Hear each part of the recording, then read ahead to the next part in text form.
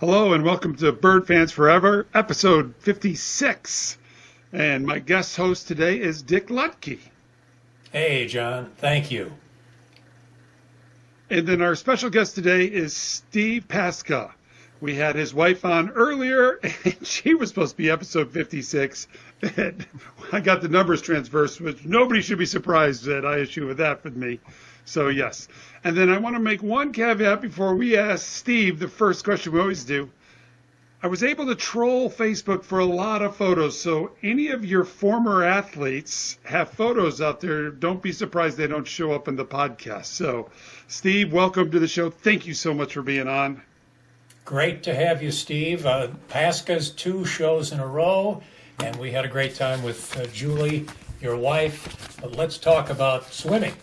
You were a great swimmer and a big time for a long time swimming and diving coach at Illinois State. But we're wondering, where did you come from and what brought you to Illinois State University? All right. First of all, thanks for inviting me to your podcast. I've watched a number of them and very appreciative of the Redbird tradition and all the guests that you've had on.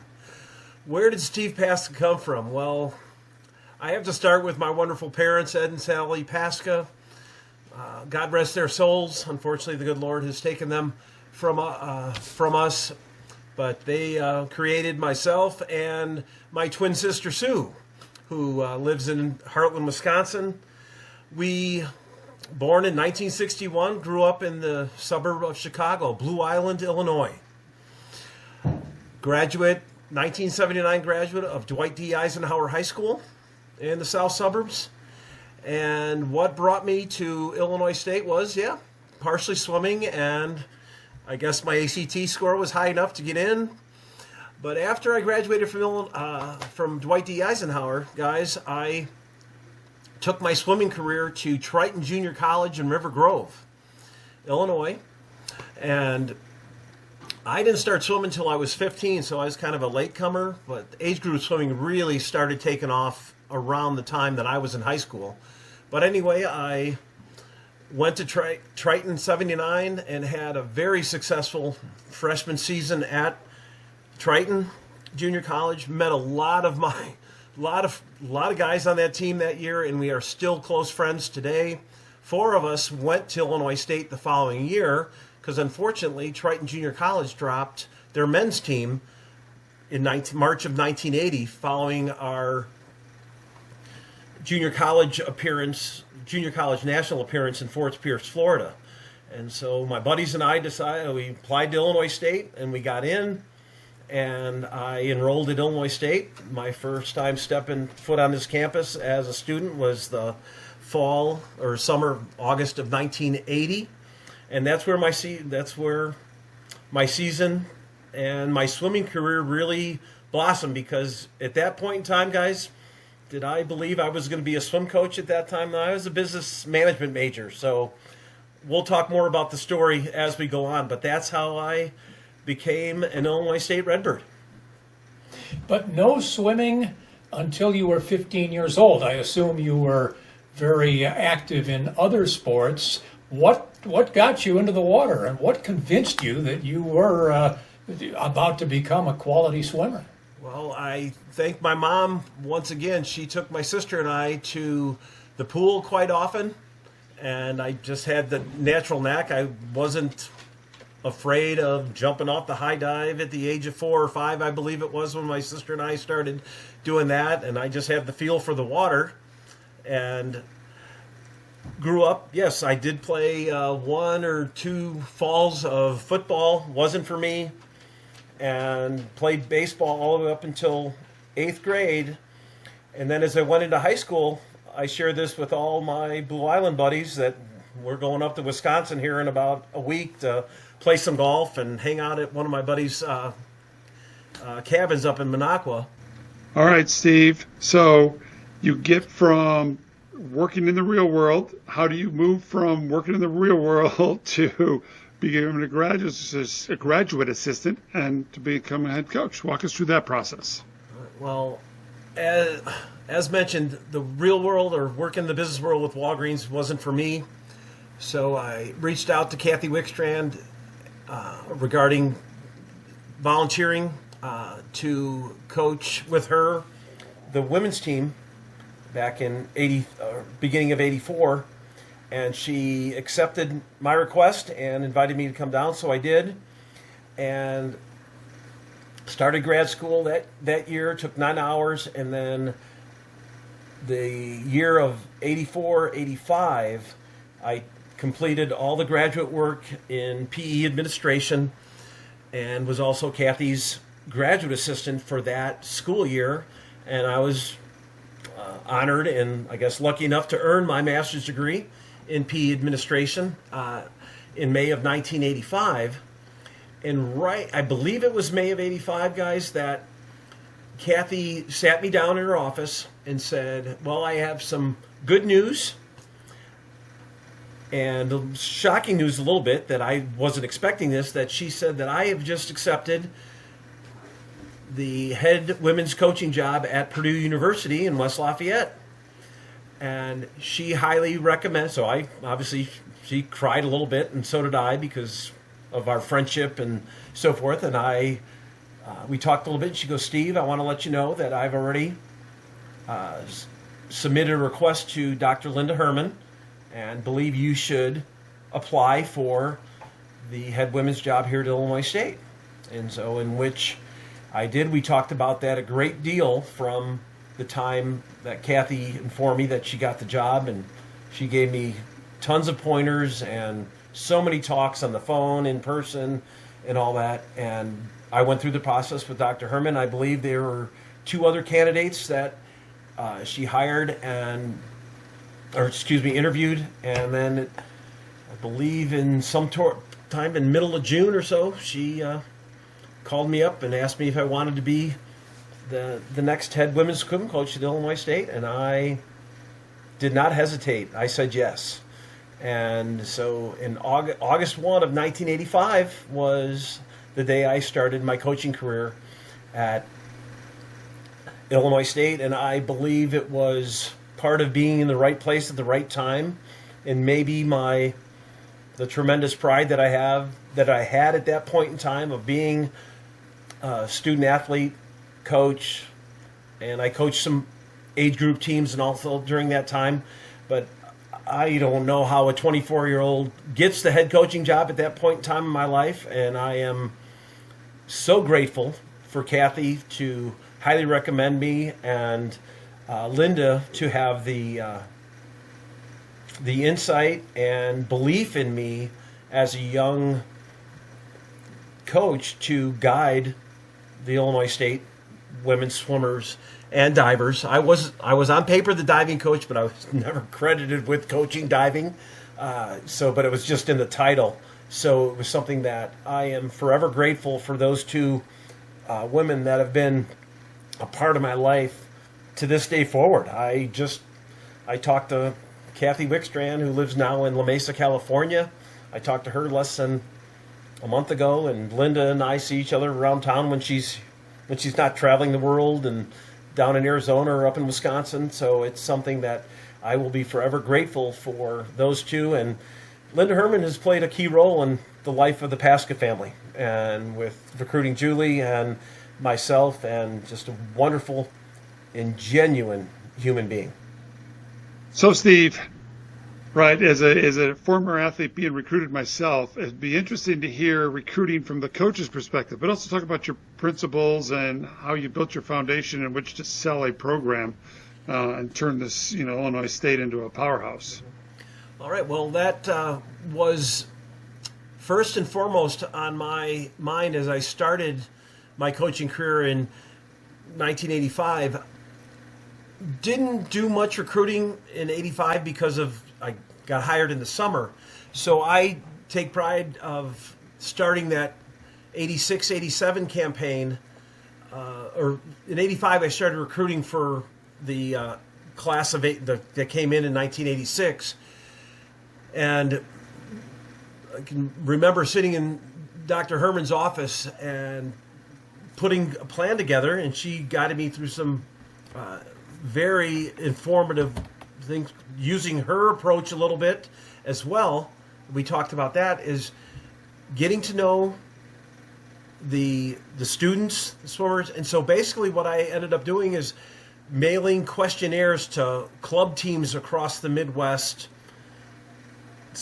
Bloomington Normal teams, all that, and received everything. This was all done by good old U.S. mail, and reaching out, calling club coaches. You could find out their numbers, high school coaches, through the IHSA directory. And I just put my name out there and started really targeting so many coaches, where all the talent was. And there's talent all over the state of Illinois, but mostly north of Interstate 80.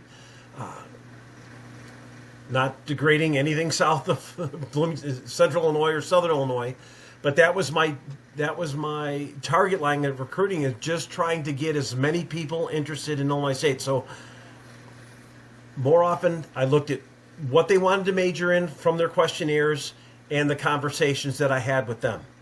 That's how I put everything together.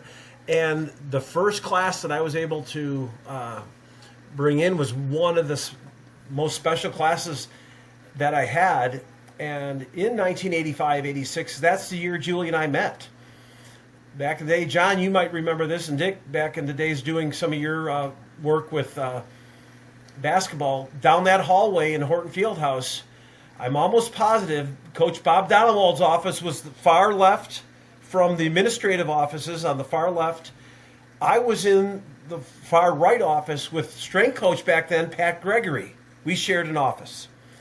The volleyball office was at the very beginning of that hallway, and Julie's office was to the left. So I knew of her because I watched her play volleyball during her end of her career at Illinois State, but she was the assistant that year.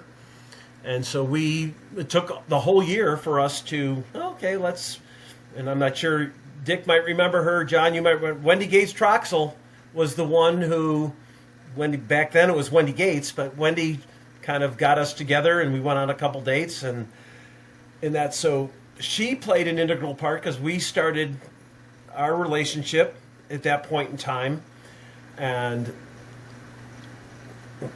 using her knowledge as a coach, player, and so forth, we discussed so many different strategies as we went on. And that first class I was telling you about, back in the days when you got to sign your student athletes with a national letter of intents, you could do it in person, but it couldn't be until one given day in April. We didn't have the early signing period back then. And I remember Julie went with me one of my first trips out there, and we had the map planned out that I signed somebody in Hanover Park. We signed two girls in Wisconsin, and we did that in person. And obviously you don't do that anymore. Now it's through electronic mail or the compliance office and so forth. But that was the approach that I tried to take back then. It was getting to know that I want to do everything for that student athlete and get to know her family. Because another thing that I take a lot of personal pride in is that I had to try to sell myself and the program, and the parents also had to say, yes, we trust in this young coach that our daughter is going to be able to attend Illinois State, let's say major in elementary education, and she's 100 and 200 butterfly that can really help the Redbird program. And I tried to build a program not on just quality swimmers, a few fast swimmers. I tried to obviously find the fastest kids I could, but also they had to be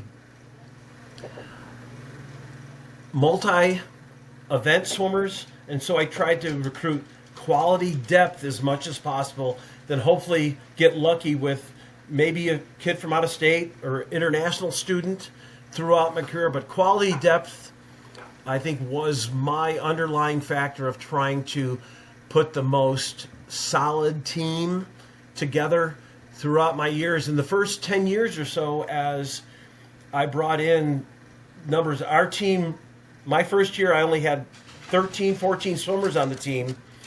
And by the second or third year, there was times, John Dick, I had 24 to 30 swimmers on our roster. And we used that to our degree and our to a degree to assist with our dual meets and our championships to have multi-event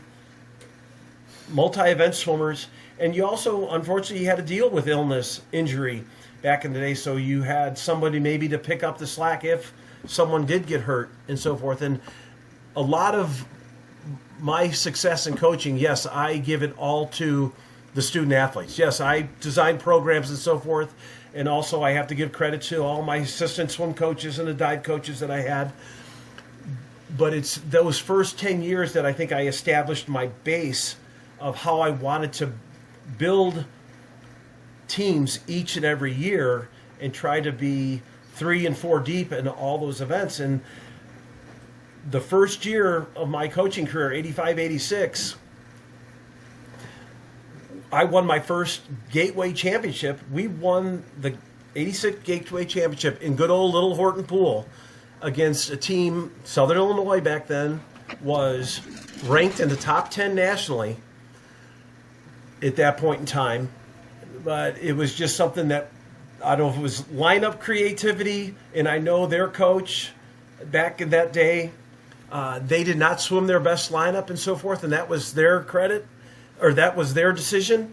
And we put our girls in the water, and it was something that I'll cherish, because I remember, and I know Dick knows this young lady, Patty Viverito was the commissioner for swimming back in the valley, back in the Gateway at that point in time, and that started the track of, because we started in the Gateway Conference and stayed in the Gateway until 1992, and within my first 7 years of being at Illinois State, we won 5 Gateway titles, and it was on the precedence of having the deepest swimming teams, and we had quality divers as well.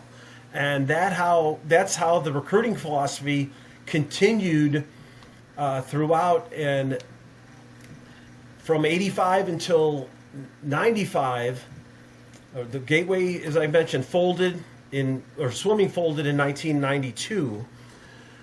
But we also swam other championship meets that were the National Independent had a title for swimming and diving in the Midwest, and even nationally, because there was teams from, I remember Virginia Tech coming to the Midwest swimming in that, and some other teams throughout the country, mostly East Coast teams, and also we had Midwest independents for mostly Midwest teams, and we won 5 Midwest titles as well, and 3 national independent titles before 1996, when the Valley started swimming and diving.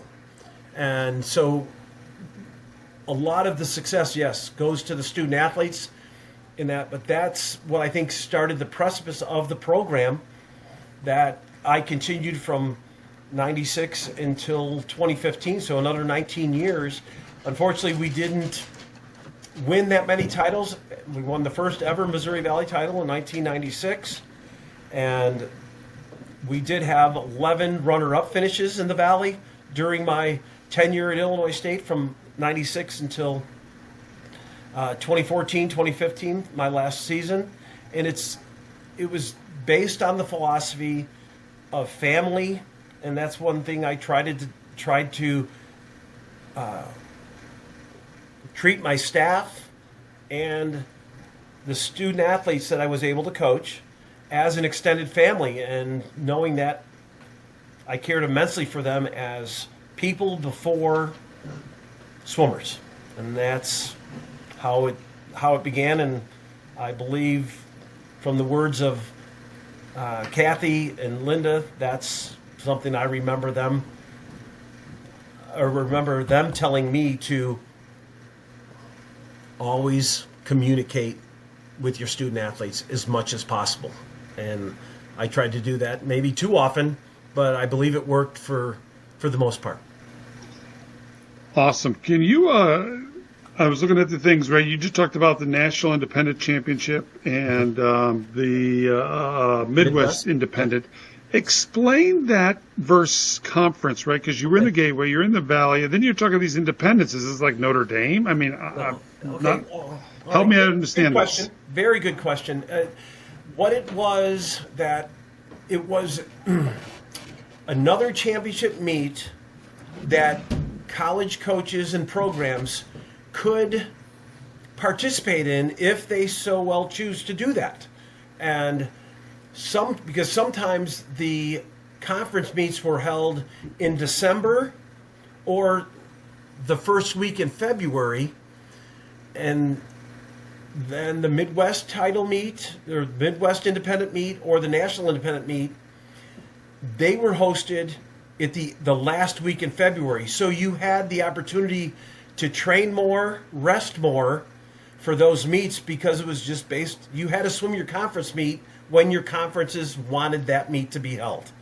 And so Dr. Herman was my sport administrator until she moved up in the ranks there, and then Leanna Border was my administrator for a number of years as well, and Cindy Harris finished my tenure there. But back in the independent meets, they allowed me to compete with those, so we extended our season a little bit more, and that provided so many fond memories for me, because back in the days, a lot of our school records were set at those meets at the end of February, when you had more time to rest from the long duration of a swimming season. Hopefully that makes sense to the people out there. I think the swimmers may understand that more, but maybe not the general public. Yeah, I was just looking through your credentials, and I saw that, and I was like, wow, that is interesting. All right, next one, I got a question for you. So, as former athlete, we knew of records, and we kind of knew when somebody was getting close. Now, it didn't change our play. We didn't try to figure out how to help that person get more, right? It just was going to happen or wasn't going to happen. Did you ever notice on the board that you were getting close to having your former students have all the records up there, right? I mean, did somebody walk up to you one day and say, "Hey, guess what? You got all the records"? I mean, yeah. At one point in time, as the years went on, by the first 5 to 10 years, because as mentioned before, that was the foundation. But a lot of the school records were set during that 85 to 96 era, and there's still one record by a swimmer that I recruited from 1986 to 1990. You might know the last name. Dick's probably heard Katie Novotny, Bloomington Normal, went to BHS, and Katie was one of the fastest distance swimmers in the history of Illinois State swimming. She still holds the school 1,000-yard freestyle record. And she set that record in Brown Deer, Wisconsin, back in 1990, in a meet that was fouled. It fouled the Gateway meet, the Midwest Independent meet. We went up to another meet in Wisconsin, and she went that time. I can remember, it's 10-10-21. I'll remember that until the good Lord takes me away. It was one of the most prolific, efficient races I've ever seen a distance swimmer in my time as coach swim. And then, yeah, there's a little bit of pride of seeing all the records when I left in 2015 that they were done throughout that period of time. And then after I left, and the coaches that have been at the helm of Redbird Swimming and Diving, I'm almost positive, with the exception of a couple, all of the records that the swimmers that competed under me have been broken. And that's the sport of swimming. The records are made to be broken, and you want kids to be able to swim that fast. And now with the new coach that they hired, the Redbirds just hired, Riley Hillbrandt, the future is bright for Illinois State swimming under her, and I believe more records will be falling in the future. Yeah. Records are made to be broken, so, right. Yep. Welcome back to Bird Fans Forever. Dick Ludke with Jon Pemberton and our guest, Steve Paska, the former swimmer and women's swimming and diving coach at Illinois State. Steve, you mentioned it. You mentioned that you won some conference championships. You were an extremely successful coach over a long period of time. So I'm wondering if part of the reason for that is because of what you said earlier. You, as a swimmer yourself, made dramatic improvement as a high schooler. You knew what it took to do that. Did that, would you say, help you teach others how to do the same sort of thing? Very good question, Dick. I definitely believe in self-belief. You have to motivate yourself to try to find different areas to improve in, because in the sport of swimming, it's hard to be perfect. And it is essential to be able to learn how to improve yourself when you fail. Because swimming, a lot of times, yes, you're racing the person next to you or 5 people in your heat or whatever it might be, but you're also racing against time. And some people always just put it out, I want to beat the person next to me. Some people were swimming, I want to get personal best times as much as possible. But in the sport of swimming, very rarely you get personal best times every race you swim in, every meet you go to. That's why swimmers train for prolonged periods of time, where you might train for 32 weeks continuous, see how fast you swim, and then rest for 2 weeks or 3 weeks to be as fast as you can be. And that's what a lot of the people during the Olympic Games that are going on right now, they have 2, 3, 4-year training programs to try to get themselves to be the fastest they can be at a specific point in time. And as we went through each and every season for the swimmers, as they set goal times, improvement was always on the front burner. Is how can somebody that might be a 57 butterflyer, how can they go 55 flat, or any other time you want to improve on? And it's done through mental training, physical training, as well as believing in yourself that you have to do this on a daily basis at practice, in the weight room, and most importantly in swimming as well as in diving. But since we're on swimming here, if you can stay healthy and injury-free, illness-free, moreover than not, if you are giving 100% in practice on a daily basis, you're going to see the hard work that your coaching staff in all facets of the sport are doing with you on a daily basis. And that's something that I tried to emphasize throughout my season, or the season for the swimmers here at Illinois State. We basically broke it up into 2 segments. We had usually a mid-season taper meet and then a February taper meet. And so we tried to do that differently, and some kids coped with that, and some kids swam faster in December than they did in February. But that, I could talk for hours for that, and we don't have time for that.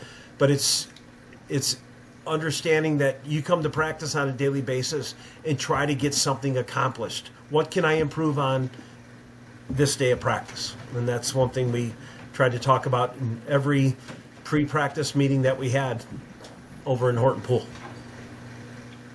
Awesome. All right. So my question is, I was kind of trolling some of your former swimmers, so I made sure I have pictures in media, because it's not always easy to get that out of Illinois State. We are not a Illinois State sponsored. We're just Illinois State people doing this. But a couple of them commented on the really nice Redbird Arena workout facility, right? And so I trained in Horton, and you and I off air were talking about the Freeway room, the Nautilus room, guys going in there. So talk about Redbird and that training facility now, because it didn't just benefit men's basketball, women's basketball, and volleyball. It benefited everybody. You're exactly right, John. The transition from our glory days back when we were student athletes at Illinois State, working out in the Nautilus room, the free weight room. Every student athlete at Illinois State in those years that I was there training, 80 to 82, and a couple years after me, and for 4 years after that, or 5, you spent as much time in the shared scheduling that Pat Gregory and other strength coaches had to assign all the groups. Wow. And for the success that our student athletes and the teams had back then with that facility, kudos to the student athlete and the coaches, because we had some fabulous teams back in that era of Redbird athletics. But when Redbird Arena opened up, 89, 90, I don't know the exact date, to have that enhanced workout or strength and conditioning program room, and the cycles and the body max machines and all these other things that they have now. I'm not that caught up because of my retirement 9 years ago, but it was an incredible blessing to have my student athletes, the young ladies, walk into that strength room wanting to get stronger and lifting the weights. And I give a lot of credit to the strength coaches back in the day. Rourke Kutchlow was a fabulous leader back in the days of Redbird Arena, and all of his assistant strength coaches that we had. And the designing of the strength workouts for swimmers and divers, totally different than basketball player, football player, etc., because different muscle groups are used, etc. So, wow, it's amazing. I can shut my eyes and remember the days I'm plugging away on those Nautilus machines or that free weight room, and then walking into Redbird Arena with everything there and the free weights everywhere, the dumbbells. Wow.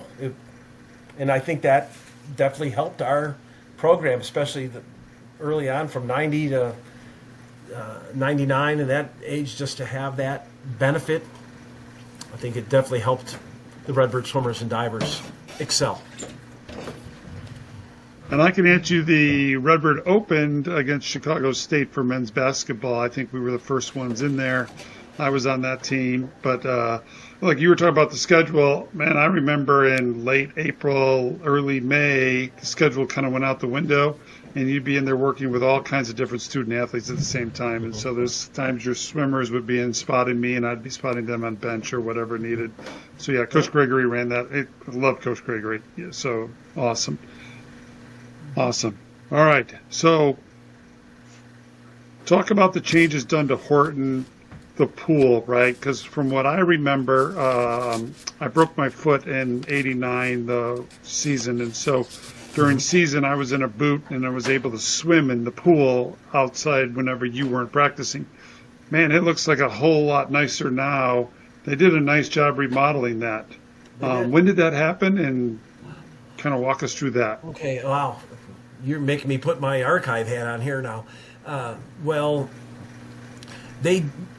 let's just start with the aesthetics around. They put a lot of signage, a lot of the different Redbird logos, and they have the words to the Redbird fight song formatted on the windows of the garage doors that were built. Because back when you were in the pool, we had those huge, and I'm going to say it, ugly, long garage that you had to basically lift them up, and you could use them as a dumbbell, trying to get those things up. But, and that was just the look. But I believe in the early '90s, I remember swimmers that, because one year they basically gutted the pool and they took out the drop ceiling that was there, and then they took out the walls and inserted the new sliding open, I guess you can say, horizontal doors instead of the vertical door there. And that's when the aesthetic change started and the signage and so forth. But in terms of the facility, I believe just talking to the strength coaches and the athletic training staff back in your days when you were injured, we just worked out a time where if the swimmers were, because we have a T-shaped pool at Horton Pool, and it's still T-shaped, 5 lanes at the top of the T, 6 lanes this way. And if we were using the 6 lanes, our competitive course, a number of workouts that we had Jon Pemberton in the shallow end working out or doing his rehab for his injured ankle, or we have football players in there and so forth. So it was one of those community efforts that, as long as you communicate, I think communication's been a key in my address here with staff, student athletes, mentors, administration, you can get a lot of things done for everybody. And that's where I believe that I tried to be always a team player and allow people to do this, so they know the times where, hey, this is when you can use the pool at this point in time. And then we also shared it with University High School uses it. Club teams used to use it back in the evening. So once again, we try to work everything out. But then is what they did in, I believe, maybe it was the summer after I retired in 15, they put a liner, a white silicone liner, all through to cover up the grout work and all that. And so that's why it looks like it's a beautiful liner. And now I know beautiful. And now that's something that they've done that, and so that's why it looks like a little bit of a new pool, and that they've made some major enhancements to it. And it's still, in my opinion, and maybe I form a little bit bias here, that in the state of Illinois, for a 6-lane pool, it's one of the fastest ones out there. And take pride in that, because we spent a lot of time in that pool during my 30 years of coaching and 2 years as a swimmer, and very, very special memories of the good old Horton pool and the pool deck in my time. All right, Steve. We always tease my oldest daughter. Closing arguments. Here you go. Well, as mentioned early, I've mentioned family quite a bit, and I started out with honoring my parents, Ed and Sally, and my twin sister Sue. After that, it's my family that during the 30 years that I was at Illinois State, the one unfortunate thing about that was I didn't get to see them, and I should say Matt Paska, 2012 graduate of Illinois State, Dusty Paska, 2013 graduate of University of Illinois, Jill Paska, 2019 graduate of University of Missouri. They grew up went more to the team sports, basketball, baseball, football, volleyball for Jill, and I missed a lot of their games because of my job. So I got a free group here, but I'm pretty emotional, and a lot of my swimmers have seen me choke up about that. So that's one thing that I wish I could have back, but I believe they understood that point of it, and then having the rock that I have as a wife that allowed me to be gone 12, 14 hours a day to coach, and then so many times I have to come home, and before computers and internet, I would spread out manila file folders, 20, 30 of high school recruits on my bed, and have to use our home rotary phone or dial phone or 1-800-CALL AT&T to call student athletes. And I had my Monday night calls, Tuesday night calls, and I didn't spend a lot of quality time during certain parts of the season with them. And but it was something I'll cherish, but I also was unfortunate not to be able to see all of my kids play for the Normal West Wildcats or the Parkside Pythons during their time. But the relationship that we have, and I think they knew how important family was to me, and I tried to extend that to the swimmers and divers. And I'll take it to the next point, then I have to thank the numerous assistant swim coaches and diving coaches that agreed to be my assistants. And so hopefully I did not try to treat them as that word assistant. We tried to do everything collectively, make decisions for the betterment of the program. But so many of them I still have close friendships with. Today, and I have to mention one named Dick Hawes. He's a year older than me, graduated from ISU, and now he's the head coach, or he's been the head coach at Ohio Wesleyan in Delaware, Ohio, for 30 plus years. He retired as a professor there, but he's still coaching, and his daughter Emma just got married this week in London, England. And just beautiful pictures. And so just to be able to share that experience with him and being able to watch Emma grow up, and now she's one of the best, she's nationally known as a ballet dancer out in internationally. So that story, and I have tons of those, but the coaches that worked with me throughout my tenure, the 30 plus years, I probably didn't thank them enough, but if any of them are going to watch this, I hope they really understand how thankful I am for them to be Redbird coaches with me. And then I mentioned this earlier in the recruiting aspect of it, was the fact that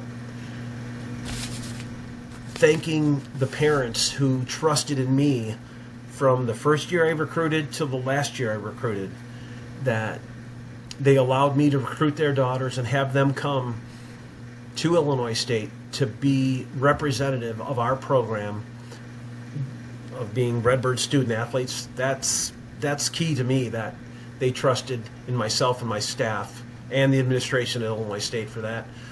And then I believe it was, I think I tried to do the tally, not exactly, but I believe during my 30 plus years I coached well over 350 student athletes in my time. And I think you said you've been trolling me and my Facebook and so forth, and a number of us keep in touch through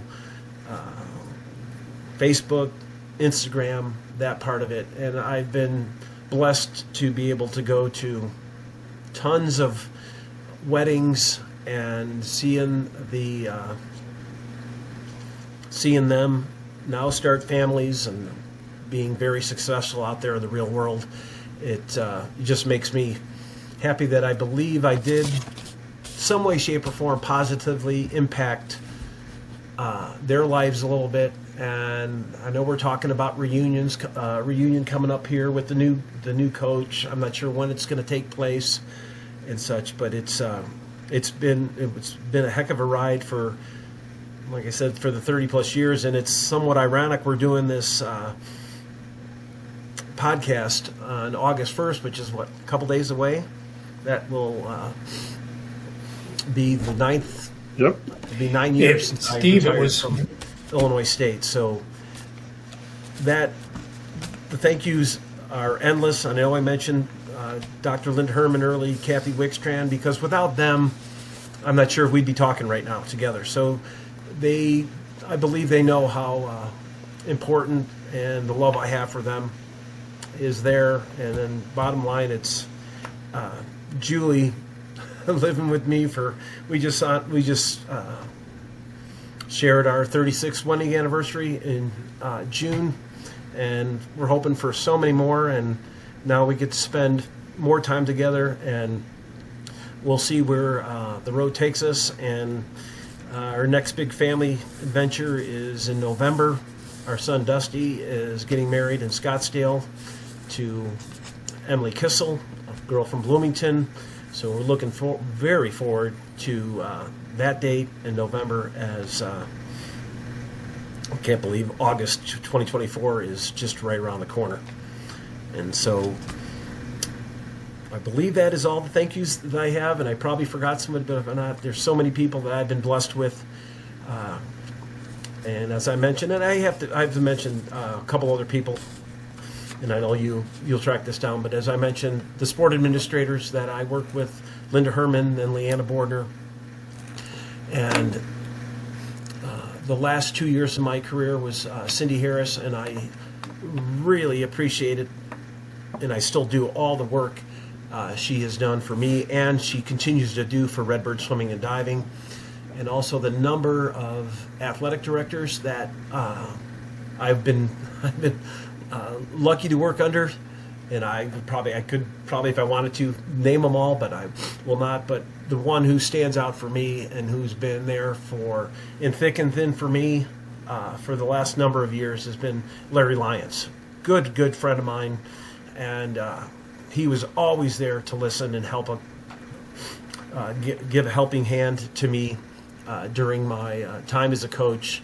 And then as I was going into the talk of retirement, I really reached out to him a number of times for advice, and just a professional, caring young man who still to this day loves Illinois State athletics and Illinois State University. So as we move forward, I look forward to seeing more of these podcasts and getting ready to embark on the 24-25 season for Redbird Athletics as we get volleyball and football and cross country and ready to go here in a few weeks. Steve, thank you so much for... I was going to say, really inspiring to hear what you just said, Steve. Talking about your kids, and we all have impact on our kids, and that's a big part of our life. But those of you who are coaches and or teachers, including your wife Julie, who was an academic advisor, the impact that you had on the more than 300 swimmers and divers that you talked about, that has to make you feel wonderful about who you are and what you've done in your time here on this planet. Thank you for the kind words, Dick. Yes, it does. It makes all those hours on the pool deck, on the buses, going back and forth, and even to this day of being able to I just remember another fact that 21, 22, my wife and I attended 10 weddings, and only one of them was family. The other 9 were swimmers or divers. And that was a special summer, and there's still probably some more to come, but the number is dwindling since most of the girls that I have recruited and coached are, there's still a few out there, but we'll have to wait and see what the future holds with their partnerships down the road. But it's something blessed, and it's the time that you spend outside of the pool in regards to off-season conditioning and doing other events with the student athletes and their parents, just getting to know their parents. And yes, you don't want mom and dad coaching them from the pool deck or anything like that, or the stands, but just getting to know them throughout. And like I said, I was blessed that a bunch of parents trusted in me to guide their daughters through the 4 years or 3 years or 5 years, whatever it was, at Illinois State. And those times at conference meets, talking to them in the hotel lobbies and so forth. Wow, it brings back some very special memories that sometimes I wish I could relive again, but I'm glad I hung up the goggles and the stopwatch, if you know what I mean. Yep. Steve, thank you so much for being on. Dick, thank you for co-hosting with me again. I appreciate it. So this is Bird Fans Forever, episode 56. And trying to get the clapping to go. Did I do it?